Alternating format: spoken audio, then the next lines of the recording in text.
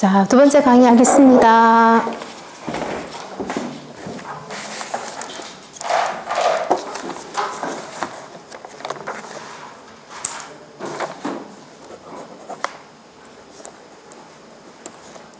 (60페이지) 갈로 5번 거푸집 및 동바리 떼어내기. 아까 처음에 수업하면 편성하면서 한번 쭉 훑어봤는 내용이거든요. 하나씩 짚으면서 해볼게요.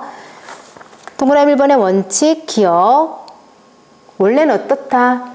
떼어내면 안 돼. 하중이 다 FCK를 만족할 때까지는 해체할 수 없다. 그러나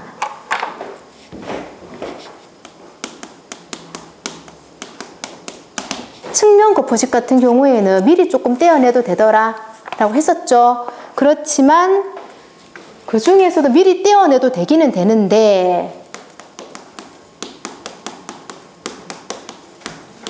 내구성이 중요한 건물일 수도 있습니다. 내구성이 중요할 때는 미리 떼어낼 때 내더라도 최소한 얼마까지 맞춰주자? 10메가파스칼의 강도는 나올 때 그래도 떼어내어 주자.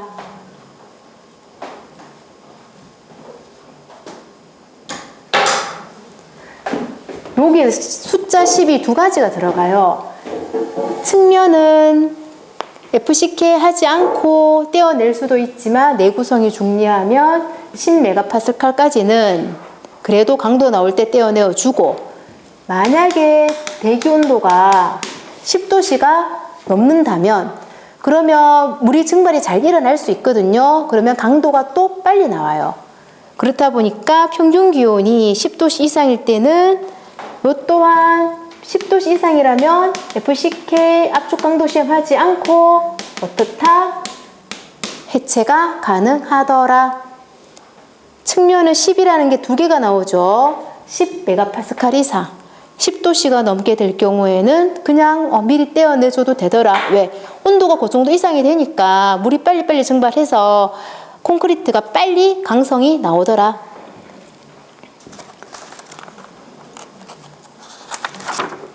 61페이지 상단 디귿.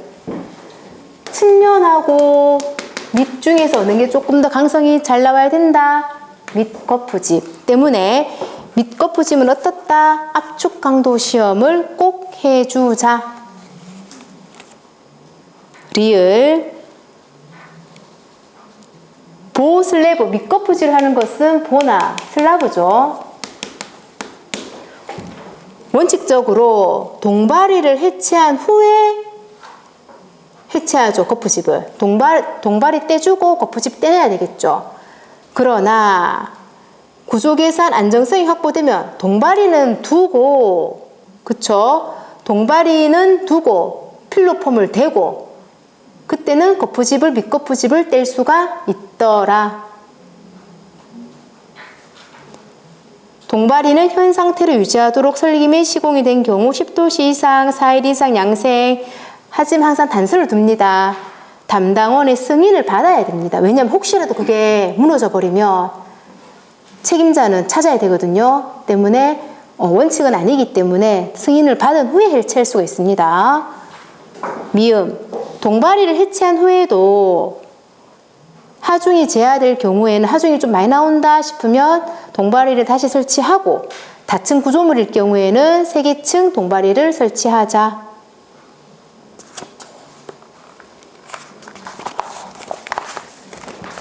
그 다음 동그라미 2번에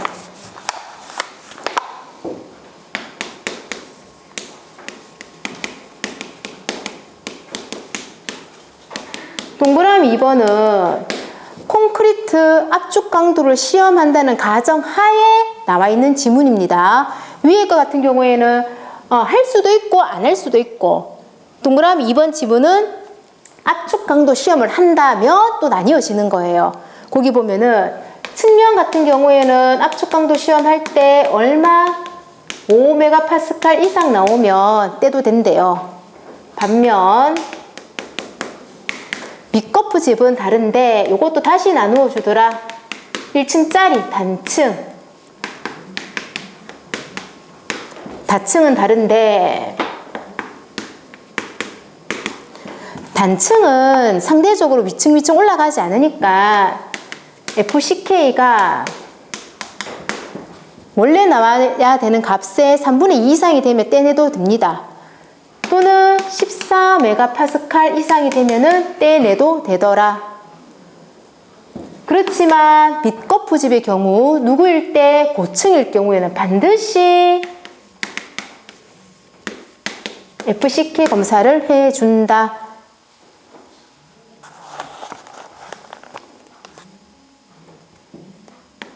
요 또한 필로폼 사용할 수 있습니다. 필로폼 사용할 수 있고 필로폼 사용 가능하면서 야도 당연히 14메가파스칼 이상 나와줘야 되더라. 동그라미 2번은 다시 압축 강도 시험을 한다면 측면일 때는 5메가파스칼 이상이면 되더라. 빛 거푸집의 경우는 다층과 단층으로 구분을 하더라. 단층일 때는 조금 약화됩니다. FCK가 원래 나와 있는 값의 3분의 2 이상이면 떼줘도 되고 아니면은 14메가파스칼 이상이 돼야 된다 최소. 고층으로 올라가게 되면은 좀 더 강도가 강해집니다. 무조건 FCK 만족해야 된다. 규정에 나와 있는 강도는 나와줘야 되더라. 그렇지만 동발이는 유지한 채 작업의 효율성을 좀 따져줘야 되니까 동발이는 유지한 채 필로폼 사용해도 되더라.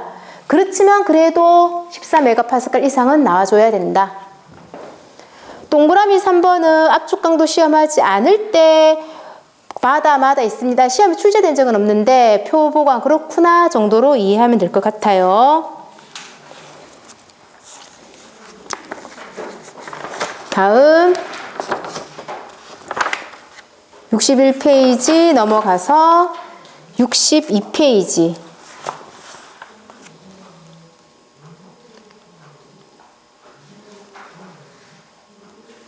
62페이지의 하단에 36주제 골재의 크기 세골재, 조골재 몇 미리채?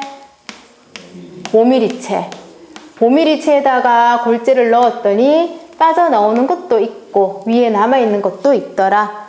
빠져나온다 가는 골재, 위에 걸러진다 굵은 골재 구분하더라. 뒷면 63페이지 상단에 굵은 골재의 최대 치수.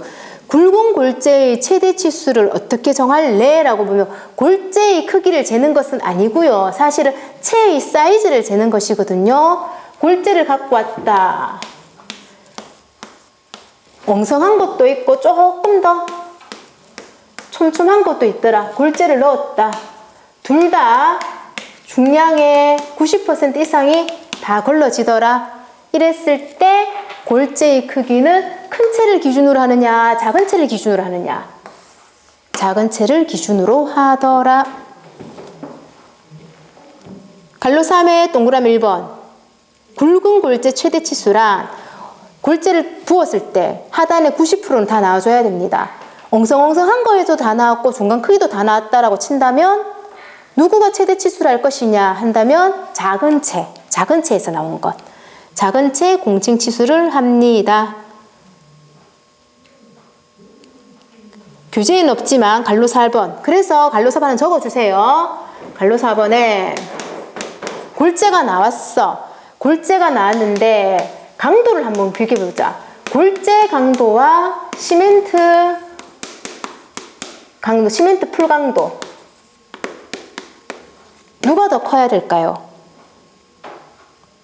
골재가 이래 있으면 이 시멘트로 이렇게 쳐주는 거잖아요. 강도의 크기는 골재 강도가 더 커야 되더라.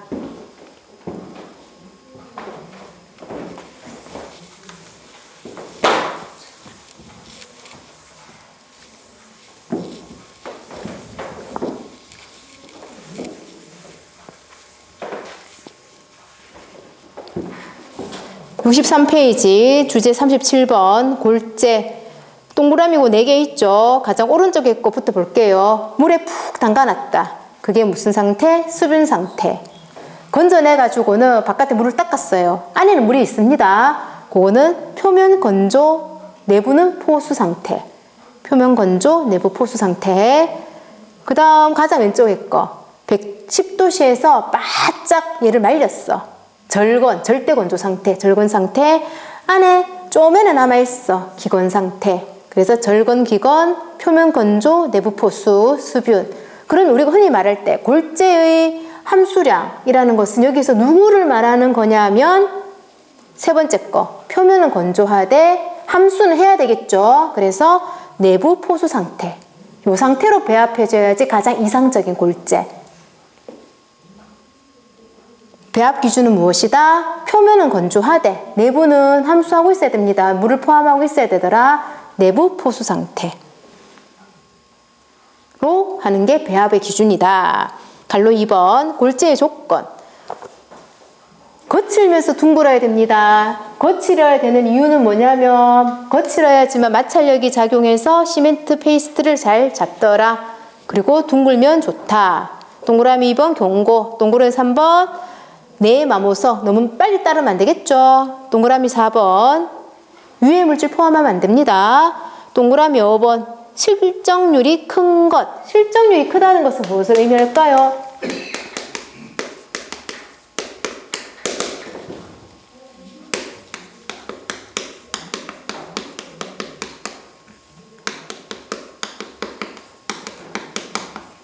골재가 구멍이 뻥뻥뻥 되면 안 되고 꽉 채워진 상태를 실정률이 크다라는 표현을 씁니다. 동그라미 6번 입도가 좋은 것. 입도가 좋다라는 말은 어떤 거냐면 작은 것도 있고 중간도 있고 큰 것도 있고 사이즈가 다양하게 들어있어요. 작은 거는 작은 거대로 실정률이 좋아야 되고 안에 꽉 차야 되고 큰 거는 큰 거대로 실정률이 좋아야 되고 사이즈가 다양해야지만 큰 거 사이에 그 공간도 메우고 할 수 있겠죠. 입도 좋은 것, 다른 표현으로 연속 입도.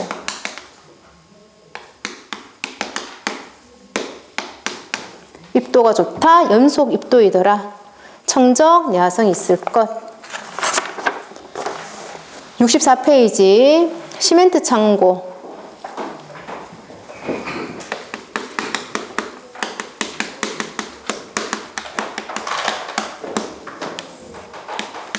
창고를 지을 때 일단 지표에서 30cm 높여서 창고를 짓는다. 근데 입구 문은 두 개를 두자. 들어갈 때 하는 입구와 나갈 때 쓰는 출구 두 개를 두더라. 들어가서 쌓아 놓는다. 여기 시멘트, 여기도 쌓았다, 여기도 쌓았다. 먼저 두 번째, 세 번째 쌓았다고 치면 누구부터? 얘부터 먼저 넣는 것부터 반출해 나가자. 다음 시멘트를 쌓을 때 몇 포까지 쌓을 수가 있냐면 13포까지 샀는데 장기로 쌓아 놓을 것 같아. 그러면 7포까지만 하자. 또 시멘트를 쌓아 놨는데 뭐 얘를 3개월 이상 쌓았네? 그러면 다시 그냥 사용하지 말고 재시험 후에 사용하자. 동그라미 1번 2번 그래서 30cm 이하 띄워둡니다. 방습 처리. 동그라미 3번 필요한 출입구 및 채광차 이외 공기 유통 계구부 설치하지 아니한다. 될 수 있는 대로 계구 설치하지 않는데 갈로. 환기창 둘 필요 없습니다. 환기창 설치 금지. 밑줄. 동그라미 4번 반입 반출 문 따로 둔다. 먼저 들어온 거 먼저 쓰자. 동그라미 5번 13포까지만. 근데 장기 저장할 때는 7포까지만. 6번 3개월 이상 쌓아놨더라. 그냥 사용하지 말고 재시험 거치자. 갈로 2번 기타 적재 창고. 동그라미 2번에 기와 알죠? 기와 루핑 비슷한 거 유리 이런 것들이 위험하니까 세워서 보관. 동그라미 3번 골 스트레이트. 요거는 이렇게 말 그대로 이렇게 막 골이 나 있는 이런 형태거든요. 얘는 세우면은 탁 부러집니다. 눕혀서. 수평으로 쌓고. 동그라미 4번 도장 재료 페인트 말하죠. 페인트는 뚜껑이 열어둘 수도 있는데 우리 눈에는 보이지 않지만 미세한 분말들이 굉장히 떠다닙니다. 불날 수 있어요. 때문에 내화구조 독립된 건물 그리고 혹시라도 얘네들이 날아가게 된다면 천장을 설치하지 않습니다. 천장은 없다.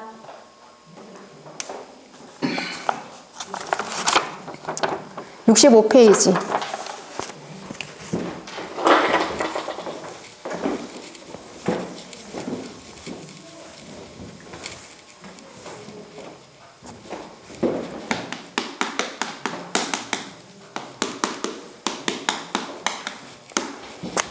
시멘트가 물하고 만나서 일어나는 반응이 수화 반응, 시멘트가 붙게 되겠죠. 무엇이냐?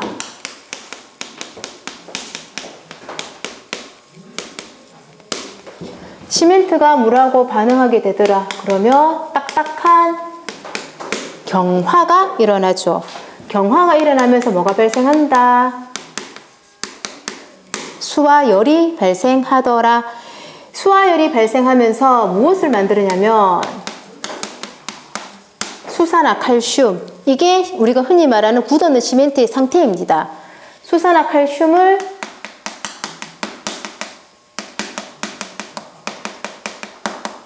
만들고 세월이 지났어요. 시간이 오래오래 지났어요. 그러면은 우리가 흔히 말하는 시멘트, 콘크리트가 무슨 성? 강한 알칼리성. 세월이 지나면 점점점 뭐가 된다? 중성화가 된다라는 것은 CaOH2 수산화칼슘에 들어있던 무엇이 빠져나간다? 물이 빠져나가게 됩니다. 그러면서 탄산칼슘을 만들게 되거든요. 얘가 산성이야. 산성물질이야. 그래서 염기성 수산화칼슘이 물이 빠져나가서 중성화되면서 뭐가 된다? 산성화되는 과정. 콘크리트가 이렇게 되는데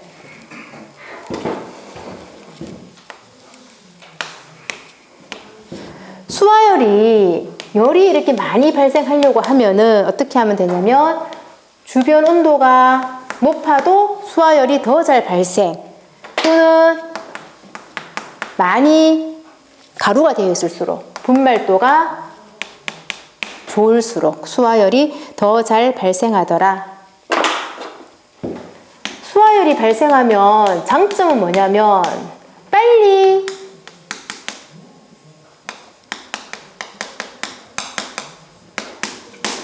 빠른 경화는 좋아요. 그러나 너무 빨리 굳어버리면 오히려 균열이 생깁니다.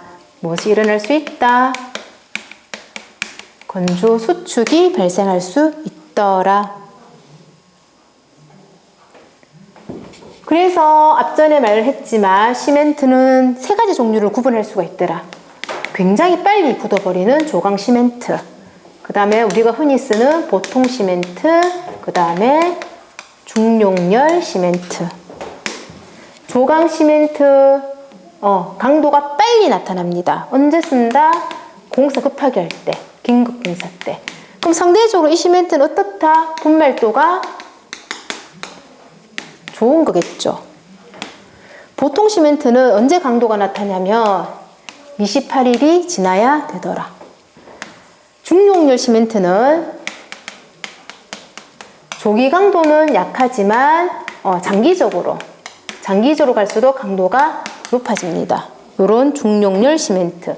얘는 천천히 일어나기 때문에 상대적으로 수화열도 좀 낮고요. 대규모 공사, 즉 땡공사. 땡공사 같은 경우에 엄청 콘크리트가 많이 들어가죠. 수화열이 엄청 많이 발생한다고 합니다. 그러면 빨리 건조 수축이 일어나 버리면 균열이 너무 많이 생기거든요. 그래서 서서히 굳힌다. 어떤 시멘트 쓰자? 중용열 시멘트를 쓰자.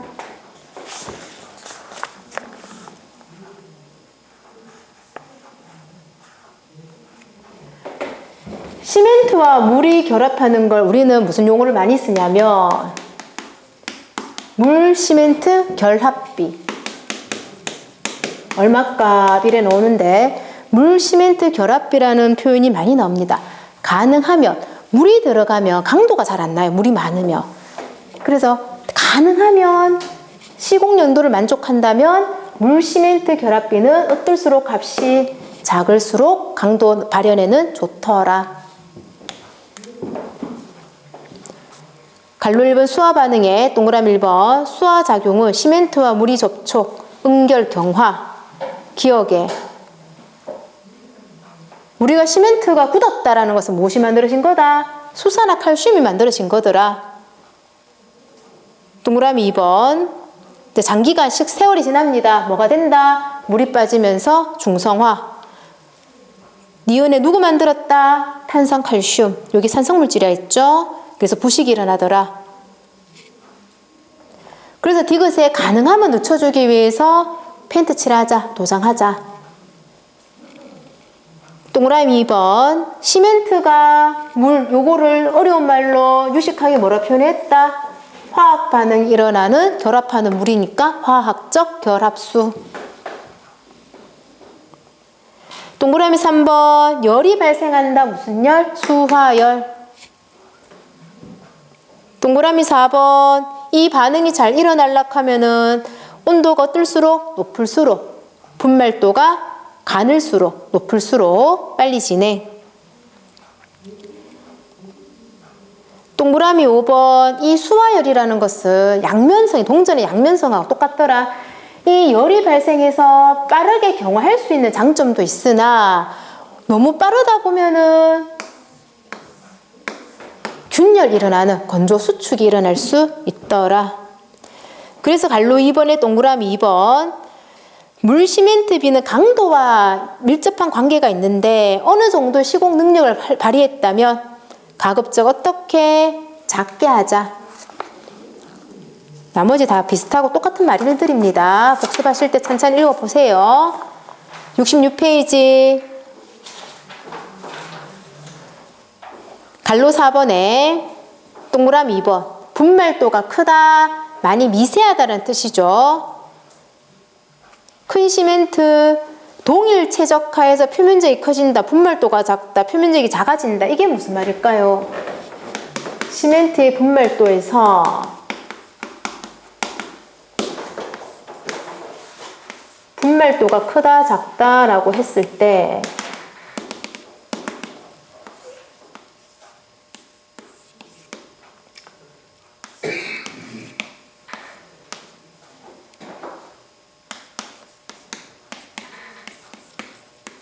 (2cm짜리) 뭐 2m짜리 정육면체 야의 최적은 부피를 말하죠.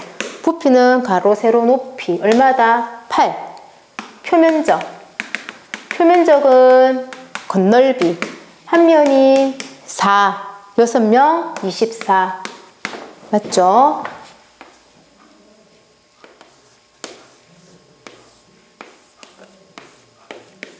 똑같은 거 얘는 이제 이렇게 안 나눴죠. 사실은 있고 얘는 짜갈랐어. 그러면 얘가 1이죠. 1자리가 있는데 최적 어쨌든 똑같죠. 8 표면적 하나만 딱 갖고 와서 봤을 때 1자리가 6개 있으니까 6인데 몇 개다? 1, 2, 3, 4 밑에 5, 6, 7, 8 6자리가 6개 있으니까 48. 분말도가 얘가 다 짜갈랐다. 분말도가 크다. 한 덩어리다. 분말도가 작다. 그리고 동그라미 2번에 분말도가 큰 시멘트. 얘가 큰 시멘트. 다 짜갈라놨다. 시멘트 입재 크기가 작아. 동일 최적화. 최적은 똑같죠. 최적이. 동일 최적화. 표면적이 커진다. 그리고 반응이 빨리 일어납니다. 건조 수축이 빠르고 균열도 잘 일어나더라. 동그라미 3번. 분말도가 작다. 얘는 그냥 한 덩어리 상대적으로 최적은 똑같지만 상대적으로 분말도가 얘에 비하면 작더라. 그랬더니 동일 최적화, 표면적이 작다. 상대적으로 시공 연도가 나쁘고 골재를 둘러싸는 능력이 작아서 강도도 저하되더라. 다른 표현으로 분말도가 크면 재료 분리 가능성이 낮다라는 표현도 쓰고요. 분말도가 작으면 얘는 재료 분리가 잘 일어난다 라는 표현도 씁니다. 표현은 다양하게 나와요. 정형화된 거는 없어요. 다양한 표현을 많이 익혀두면 좋거든요. 때문에 분말도가 작다. 그러면은 얘네들 작아 촘촘해갖고 다른 골재들 잘 잡아. 재료 분리 가능성이 적더라. 분말도가 더 크다. 재료 분리가 잘 되더라. 재료가 분리된다는 것은 공사가 잘 안 된다는 말이죠. 그럼 또 이걸 다르게 표현하면은 시공 연도가 낮다라는 표현을 쓰죠. 시공이 안 되는 거야, 공사가. 얘는 재료 분리 가능성이 낮다라는 것은 잘 결합되어 있어. 재료 분리가 안 됐어. 얘는 공사 잘 됐네. 그러면은 다른 말로 시공 연도가 좋더라. 비슷비슷한 말, 똑같은 의미, 그런 것들을 잘 잡아줍니다.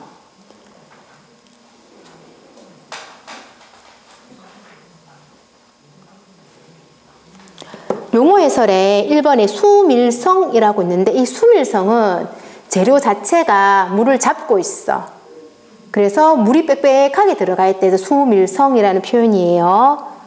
그 말은 설명문에 되어 있지만 투수성이 어떻다? 내가 물을 잡고 있잖아. 수밀하니까. 내 상태가 수밀하니까 내가 물을 밖으로 빼내지 않는 거죠. 투수성은 작더라. 이번에 고로 슬래그 찌끄레기예요, 찌끄레기. 그래서 찌꺼기 같은 이런 작은 미세 찌꺼기를 넣어주기도 합니다. 3번에 실리카 흉 마찬가지예요. 이것도 초미립 자세하게 알 필요는 없지만 용어는 아셔야 되기 때문에 합니다. 실리카 흉도 어떻다? 아주 미세한 혼화제예요. 아주 미세하다 보니까 시멘트와 시멘트 사이에도 공극이 있겠죠. 그 사이를 채워줘. 그래서 굉장히 빡빡한 콘크리트를 만들어요. 어떤 콘크리트? 고강도 콘크리트. 요 뒤에 가면 조금 더 자세하게 할게요. 67페이지.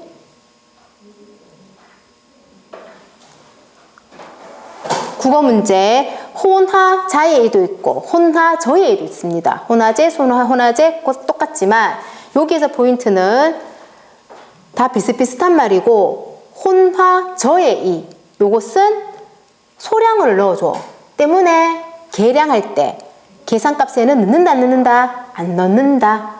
그리고 종류도 보면 저예의로 된 거는 다 혼화제예요. 얘네들은 계량값에 넣지 않습니다. 그것만 알아두면 됩니다.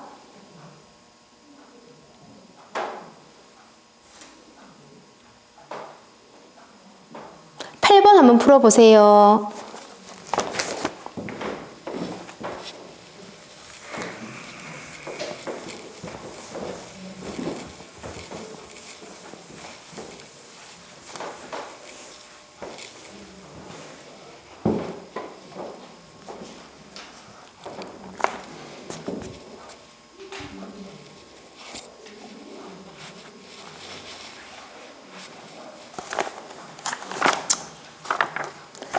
(8번) 1번 골재가 더 뗀뗀해야 된다 했죠. 맞는 말. 2번 저예의네요. 요거는 계산에 넣지 않는다. 틀렸죠. 3번 요 뒤에 가면 나옵니다. 곧 알겠습니다. 동그라미 4번 배합할 때 기준이 뭐더라? 안에는 물이 꽉 차고 바깥에는 말라 있어야 돼. 그래서 표면 건조, 내부는 포수 상태. 동그라미 5번 물은 가능하면 적게 넣어주더라. 맞는 말이죠. 혼화 저예의 중에서 AE제에 대해서 할게요. 설명이 쭉 되어 있는데 다른 말로 공기 연행제, 공기 연행을 하는 역할을 합니다. 에어 엔터링. 공기를 끌고 공기가 많은 그런 성분이에요. 공기 성분을 많이 갖고 있는. 그래서 특징이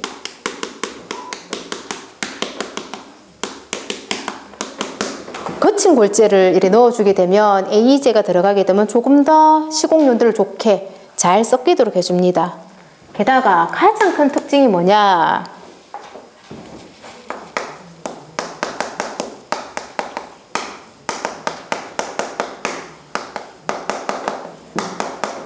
동결 융해 저항성이 크다라는 표현을 쓰는데 이게 무슨 말이냐면 골재가 있고 골재 사이에 시멘트도 있고 물방울도 있고 겨울입니다. 겨울. 그러면 물은 얼게 되면 최적이 몇 프로 늘어납니까? 물이 얼면 부피가 늘어나죠. 9%의 최적이 증가하겠다. 그러면 물이 얼어버리면 이 물이 굉장히 많이 들어가 있을 건데 얘네들이 다 9%씩 최적 증가해버리면 얘가 균열이 생기면서 짜갈려질 수가 있습니다. 그렇기 때문에 여기에다가 무엇을 넣어줘서 AE제 중간중간에 공기 성분을 넣어줘서 무슨 역할을 해줄 수 있다 얘가? 얼음이 늘어날 때 얘가 그것을 에어백처럼 받쳐줍니다. 무슨 효과? 쿠션 효과. 쿠션 효과가 있기 때문에 다른 표현으로 동결 융해 저항성이 크다라는 표현이 여기서 나오는 거예요. 때문에 콘크리트도 계절마다 사용하는 게 조금씩 다르거든요. 추운 지방에서 주로 사용하는 콘크리트가 한중 콘크리트입니다. 그래서 한중 콘크리트에서는 에이젤을 반드시 넣어주더라.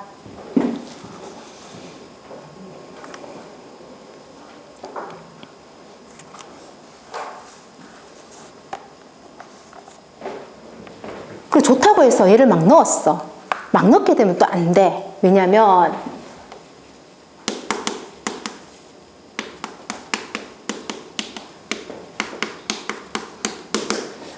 근데 에이지를 너무 많이 넣었어요. 너무 많이 넣게 되면은 어떻게 되게 되냐면 얘가 공기 성분이다 보니까 골재의 부착 강도가 사실은 떨어지는 효과가 있습니다. 다른 말로 재료 분리가 잘 일어나. 재료 분리가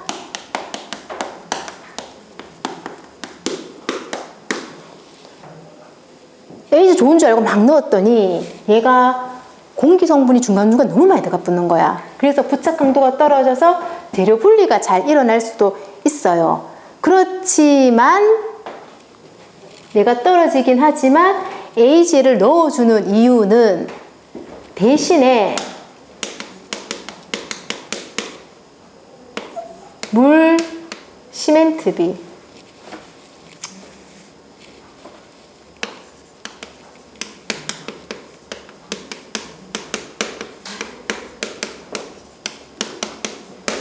물 시멘트비를 감소시킨다는 말은 무슨 말이냐면 사실은 시멘트에 물이 결합할 때 물이 뭐 딱 100만큼 필요하다 해서 100만큼 딱 넣어준다고 해서 결합이 사실 잘 일어나진 않습니다. 무엇을 조금 더 넣어줘야 되냐면 익료수라는 게 있거든요. 사실 조금 더 넣어줘야 돼. 근데 익료수를 조금 더 넣어줘야 되는데 익료수를 넣어주려고 하니까 또 시공 연도를 만족하려고 하면 가능하면 물 시멘트 결합집이 낮은 게 좋다며. 물은 그래도 가능하면 안 넣어주는 게 좋다라고 했거든요. 시공 연도를 만족한다면. 근데 익료수는 필요하고 가능하면 넣지 마라 하고.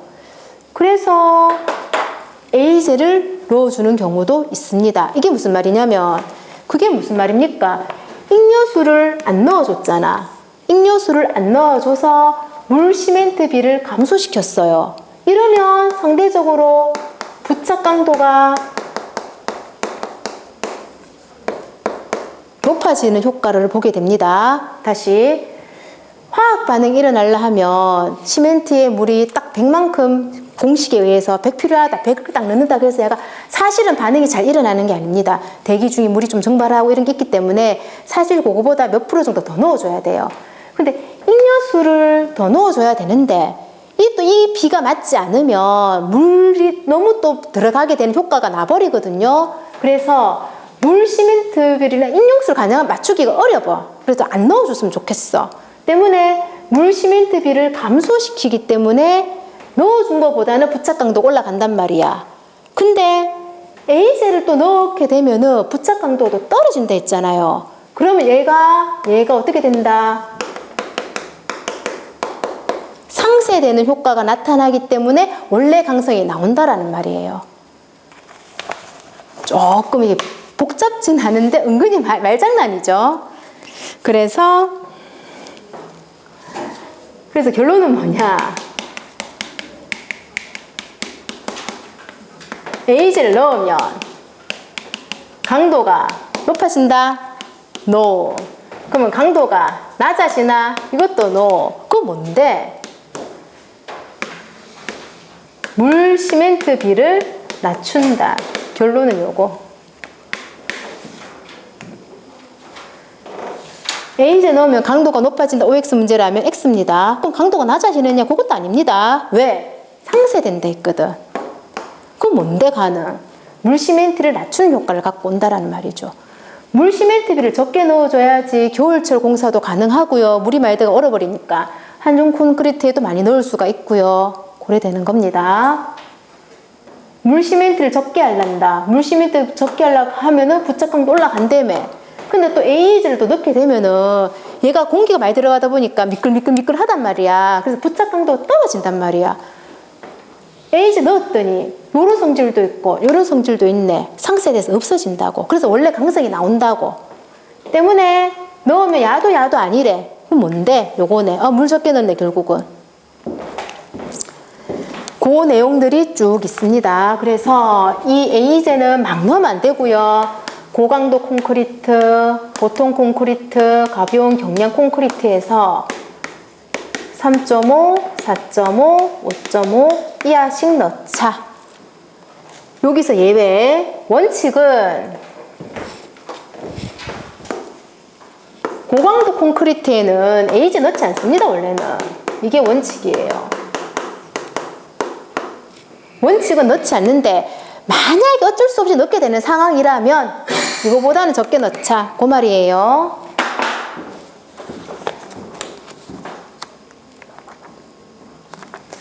(67페이지) 하단 에이제는 인공적으로 생각 기포래요. 콘크리트 혼입한다. 두 번째 줄에 겨울철 콘크리트 물팽창, 갈로의 쿠션 효과, 그 라인에 동결 융해 저항성 있죠? 쭉 나와 있고 68페이지 상단에 에이제가 이게 공기다 보니까 어떻다? 부착력이 저하, 압축강도 저하. 실제 배합, 물시멘트, 야가 감소, 광대 저하를 상쇄.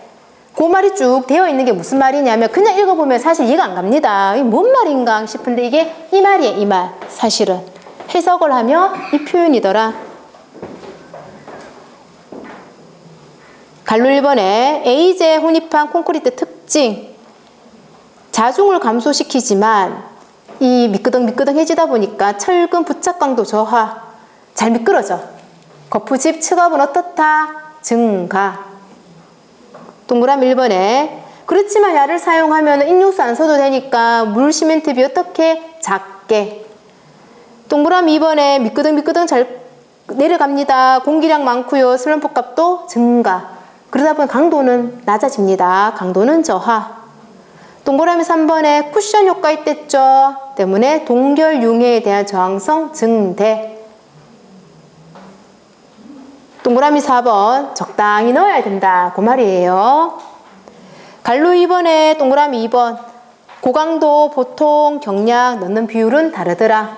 근데 고강도 콘크리트에서 원칙은 뭐다? 넣으면 안 된다. 이유는 뒤에 가서 설명할게요. 만약에 넣는다면 요만큼 정도만 넣어도.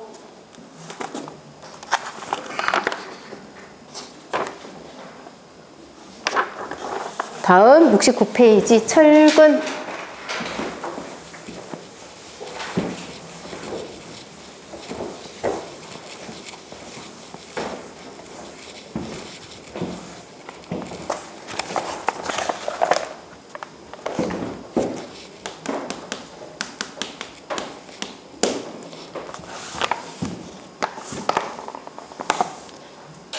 아까 설명을 했었죠. 보게 되면 원형 철근 파이로 표시하고 기호로는 원형 라운드 스틸 뭐더라? SR.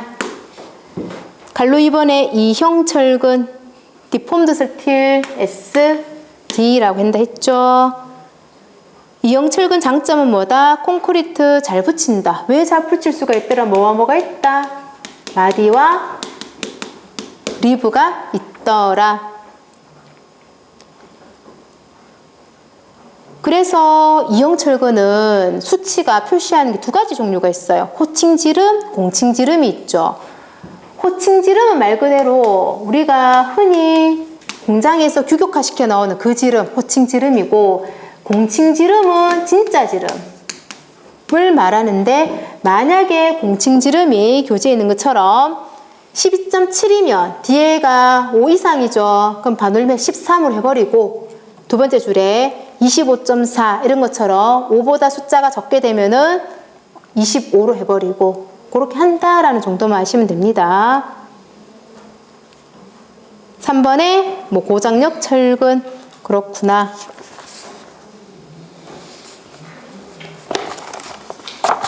이 철근들을 그냥 하면 안 되고 이 철근을 갈고리를 해줘야 되거든요. 갈고리를 해주는데 원형 철근은 갈고리를 반드시 해줘야 됩니다. 스스로 자체도 잘 이렇게 미끄덩미끄덩 거리는데 얘는 끝부분을 반드시 갈고리를 넣어줘야 된다. 이형 철근은 부착력이 좋기 때문에 갈고리가 생략 가능합니다. 생략 가능하지만 갈고리를 둬야 되는 곳이 몇 군데가 있는데 그거는 교재를 보고요. 그럼 갈고리 할 때 이 각도는 어떻게 할 것이냐, 얼마나 구부릴 건데? 라고 물으면 주철근의 기준은 한 바퀴 뺑 돌아 완벽하게 몇 도? 180도 또는 기역자로 할 수도 있겠죠? 몇 도? 90도.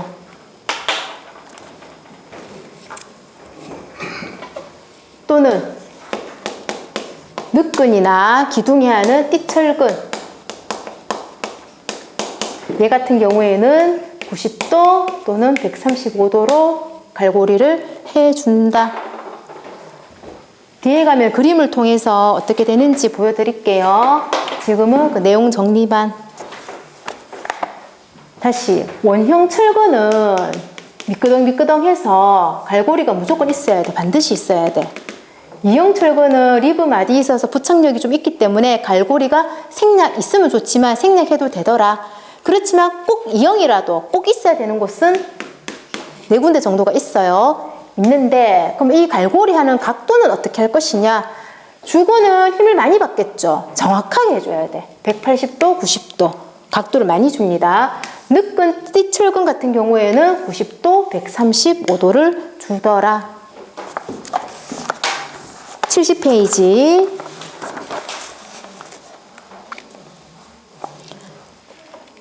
갈로 2번에 철근을 구부리랍니다. 어떻게 구부려라? 상온에서.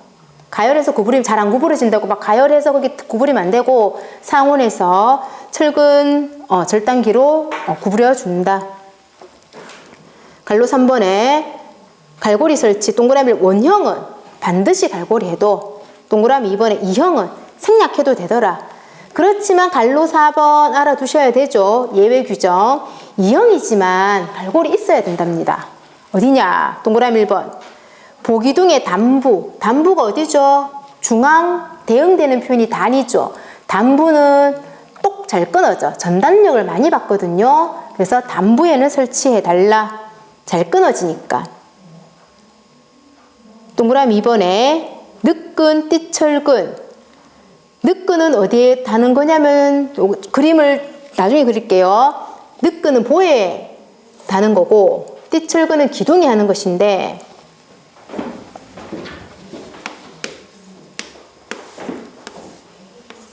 얘가 보라고 치면 늑근, 갈비 할 때 늑자죠. 그러면 얘를 조금 감아주기 위해서 이렇게 하는 것은 개방형. 뭔가 좀 부실해 보여. 뗀뗀하게 하고 싶어. 요래 해주는 것을 폐쇄형. 어쨌든 보에다가 감아주는 것을 늑근, 영어로 스트럽근. 띠철근. 띠철근 어디에 하냐면 기둥. 기둥에다가 이렇게 쭉쭉쭉 내려가면서 감아줍니다. 띠철근. 굴뚝의 철근. 굴뚝은 온도가 올라갔다 내려갔다 올라갔다 내렸다 하니까 강성을 많이 받아야 되겠죠. 그래 철근 감아주고 갈고리 설치하고. 4번 캔틸레버 보. 복도식 아파트에 가면은 이런 보가 많거든요. 잘 보셨는지 모르겠는데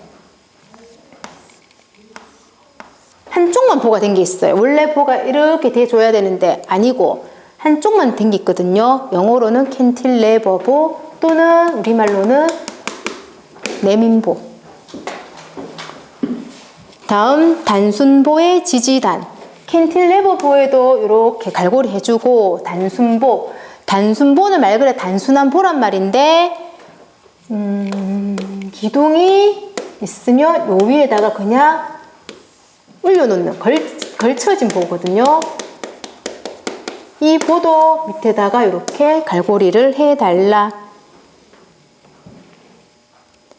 갈로에 인장을 받는 이형 주부는 몇 도? 180, 90도 나와 있죠.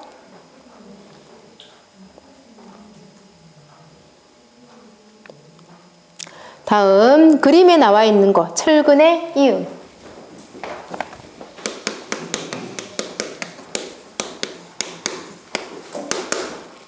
원칙은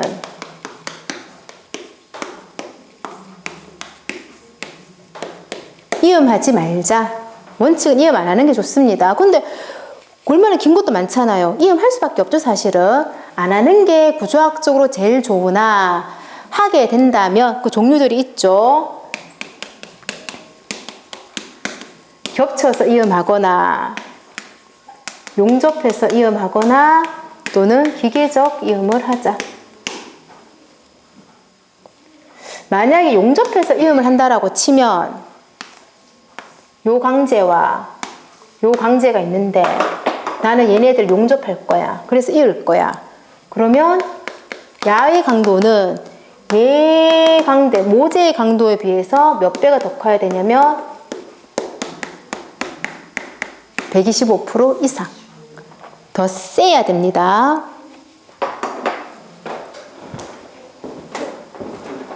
겹침 이음은 말 그대로 그림 보면 있죠. 겹쳐서 이음하면 되고 용접 이음은 용접을 해주는 거예요. 근데 그때 강도는 연결해주는 그 애들보다 강도가 125배 더 커야 된다.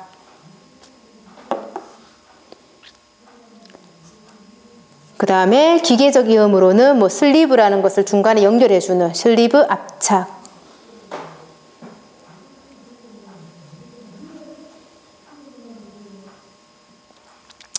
다음 갈로 5번. 다 같은 내용입니다. 71페이지에 동그라미 3번. 71페이지에 동그라미 3번. 보의 철근을 기둥에 묶고 슬래브 철근은 보에 묶는다.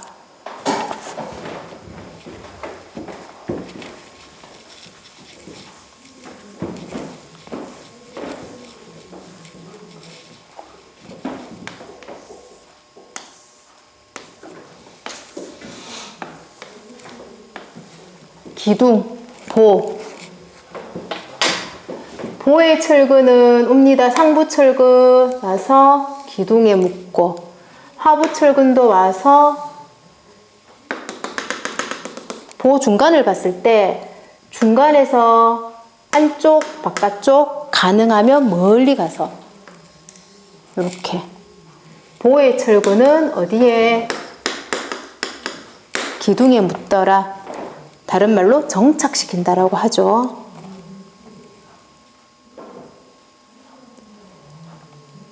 동그라미 3번에 보면 보의 철근은 기둥에 묶고 슬라브 철근, 슬라브는 누가 받치고 있지? 하단에 보가 받치고 있죠. 그래서 슬라브 철근은 보에 묻는다. 정착이라고 하더라. 동그라미 4번 구부리고 할 때 어떻게 구부리자? 상온에서. 동그라미 5번 아는 말 4번 철근의 간격.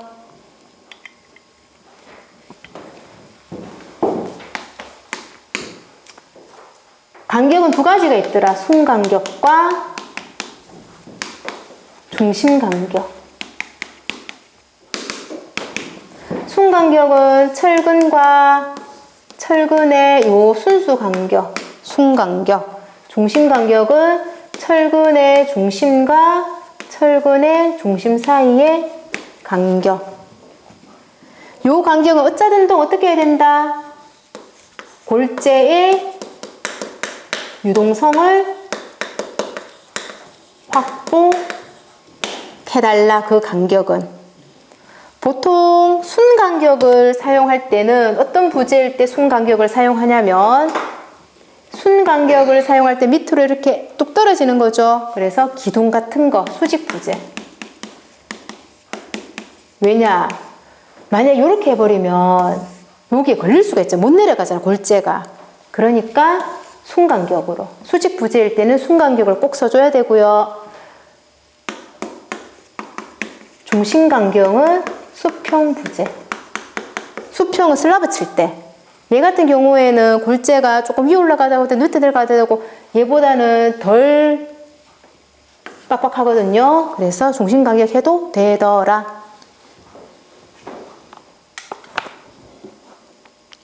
그래서 동그라미 1번에 뭐 평행한 철근 사이 어쩌고저쩌고 하는 게 이게 수직 부재냐.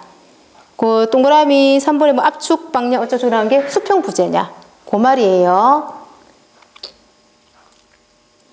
갈로 2번에 피복 두께.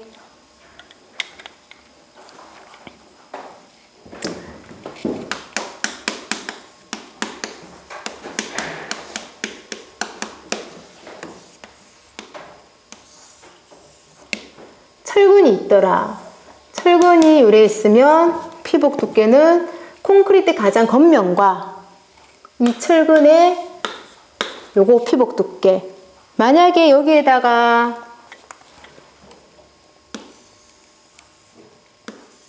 스트럭건을 감아줬더라. 그럼 이럴 때의 피복 두께는 가장 콘크리트 겉면과 가장 처음 만나는 철근. 만약에 철근만 있으면 철근 가지고 스트럭건이 있다면 요 스트럭건까지. 결론은 콘크리트 끝에서 가장 먼저 만나는 철근까지. 피복 두께.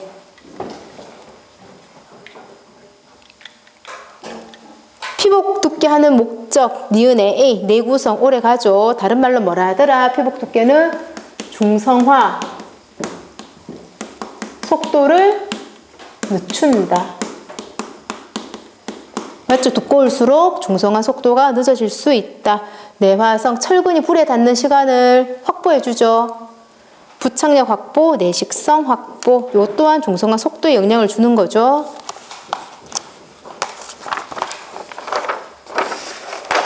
(72페이지에) 동그라미 2번 피복 두께 규정 다 같은 말입니다. 어쨌든 콘크리트 바깥에서 가장 맨 처음 만나는 철근까지의 거리.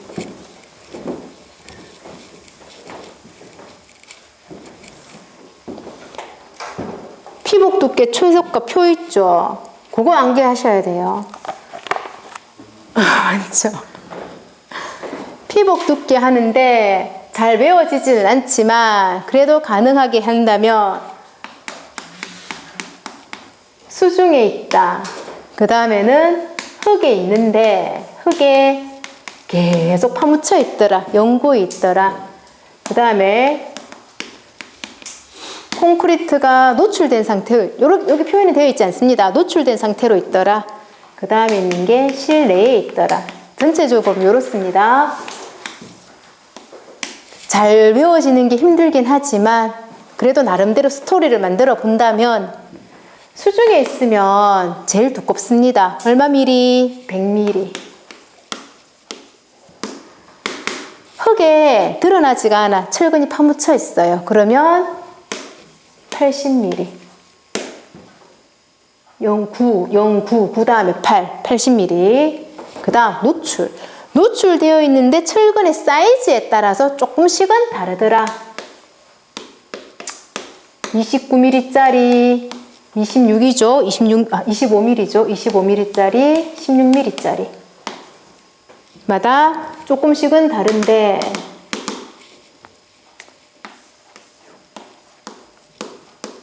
6, 5, 4, 60, 50, 40. 다음 실내에 있는데 수평 부재, 슬라브냐, 보기둥이냐 다르더라. 근데 바닥에 들어가는 철근은 좀 두꺼운 게 들어가거든요. 두꺼운 게 들어가는데 D35가 초가 되는 것도 있고 D35 이하 되는 것들도 있더라. 이것도 40, 20. 실내에 있는데 우리 실내에 바닥 철근, 슬라브 철근 여기 좀 굵은 게 들어갑니다. D35보다 큰 거, 이해한 거 40, 20 되고 그 다음에 보기둥에 들어가는 거. 보기둥에 들어가는 거 요거는 40. 그런데 여기서 또 예외 규정이 나오죠. 요 보기둥에서 여기에서 압축 강도가 40메가파스칼 이상이라면 40메가파스칼 이상이 무슨 기준인데? 이래 묻는다면 얘가 고강도 콘크리트입니다. 이라면 어떻다? 10mm 저감 가능. 조금 완화해 주겠다 이 말이죠.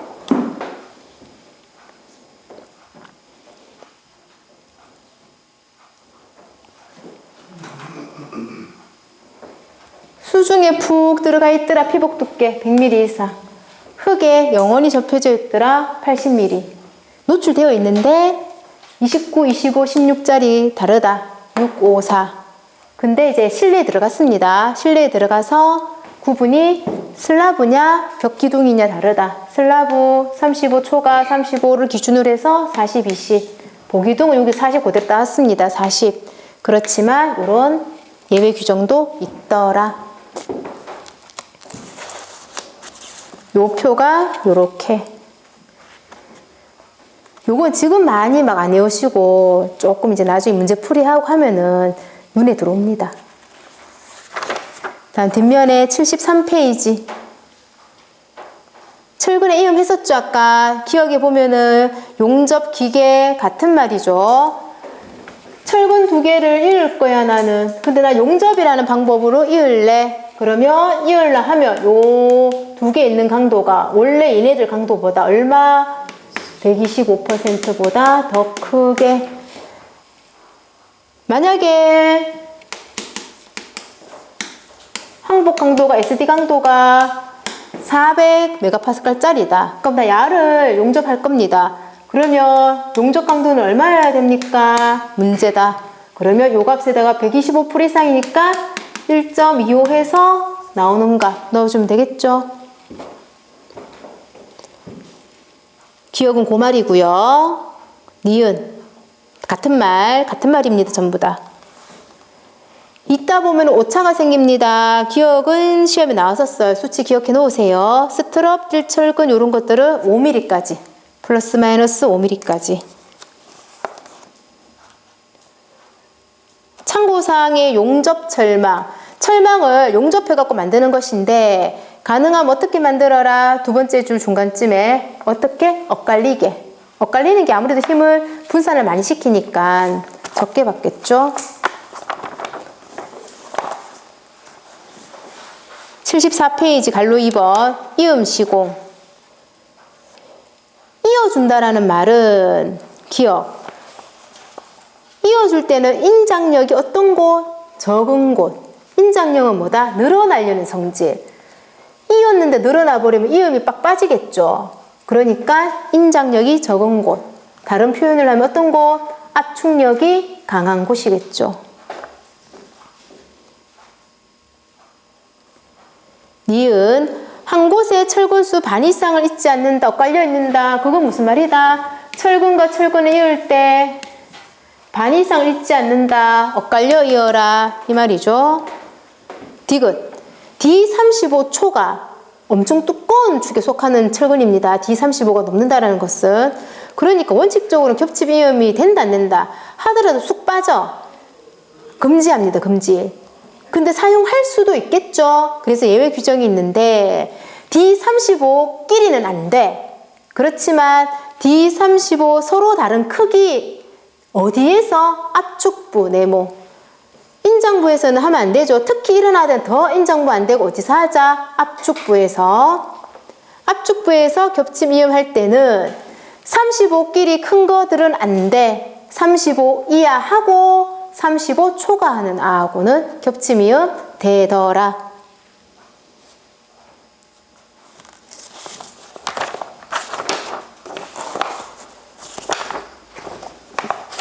그 다음 75페이지 참고해 보면은 주철근 갈고리 각도 180도, 90도, 스트럽 7척 90도, 135도 나오죠.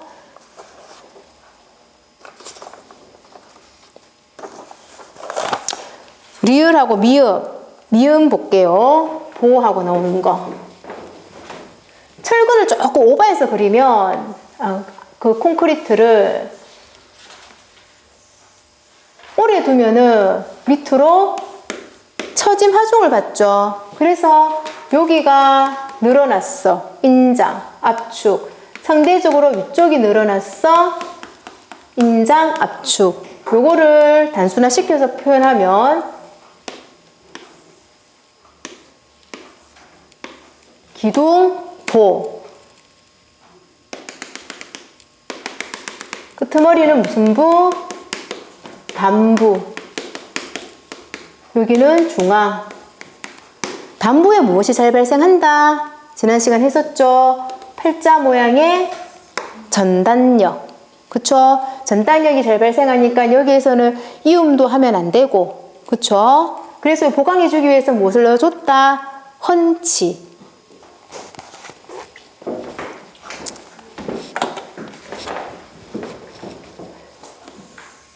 상하로 나누었을 때 인장력이 발생하는 거 볼게요. 밑에가 축 처졌네. 하중작용하면서 중력 영향을 받아서. 여기는 인장력이 작용. 상대적으로 여기도 인장력.